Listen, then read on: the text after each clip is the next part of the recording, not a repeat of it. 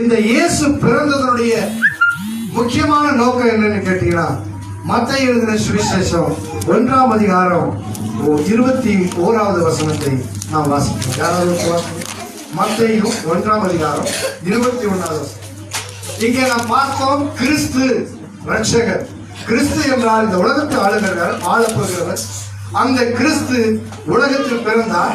அவர் எப்படி பிறந்தார், அவருடைய பெயர் என்ன என்பதை குறித்து நாம் பார்க்கலாம். அவள் ஒரு குமாரனை பெறுவாள். அவள் ஒரு குமாரனை பெறுவாள். அவருக்கு இயேசு என்று பெயரிடுவார்கள். ஏனெனில் அவர் தமது ஜனங்களின் பாவங்களை நீக்கி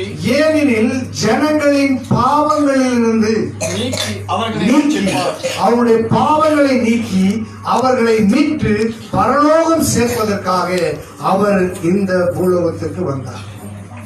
அப்படி வந்தவரை ஜனங்கள் என்ன செய்தார்கள்? சிலுவையிலே அறைந்தார்கள். அப்போஸ்தலர்களின் புத்தகம் 2ஆம் அதிகாரத்தில் நாம் பார்க்கிறோம், அந்த இயேசுவை அறியாமையினாலே அவர்கள் சிலுவையில் அறைந்தார்கள். அவன் வாசிக்கலாம் அந்த வசனத்தை. ஆகையால் நீங்கள் 36வது வசனம், 2:36 வாசிங்க. ஆகையினால் நீங்கள் சிலுவையில் அறைந்த இந்த இயேசுவை தேவன் ஆண்டவரும், கடவுள் தெய்வம் அவரை ஆண்டவர் என்றார், ஆளுகை செய்கிறவர், ஆண்டவரும் கிறிஸ்துவும் ஆக்கினார், ராஜாவும் ஆக்கினார். இஸ்ரவேல் குடும்பத்தார் யாவரும் நிச்சயமாய் நிச்சயமாக நீங்கள் அறிந்து கொள்ள வேண்டும் என்று சொன்னார். இந்த இயேசுவை ஏற்றுக்கொள்வதற்கு மாறாக இந்த இயேசுவை இந்த உலக மக்கள் சிலுவையில் அறைந்தார்கள்.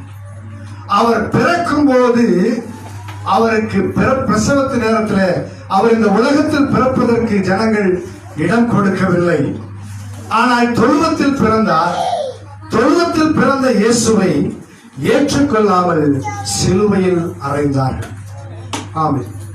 சிலுவையில் அறைந்த இந்த இயேசுவை நாம் சொந்த இரட்சகராக ஏற்றுக்கொண்டால் நமக்கு என்ன பலன்?